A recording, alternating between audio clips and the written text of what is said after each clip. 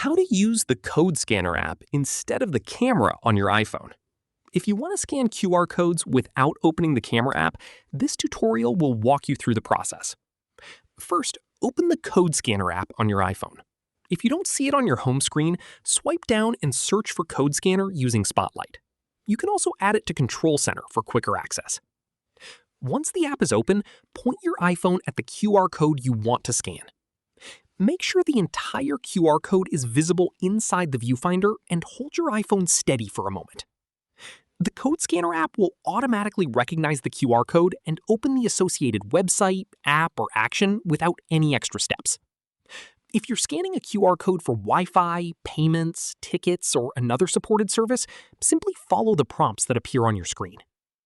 When you're finished, you can close the app or scan another QR code right away. Using the Code Scanner app is a convenient alternative to the camera app, especially if you scan QR codes frequently or keep the scanner in your control center for quick access. So it's really as simple as that, guys. If you did find this video helpful, then let me know in the comments. Make sure to like the video and subscribe for more iPhone tutorials, and I'll see you in the next one.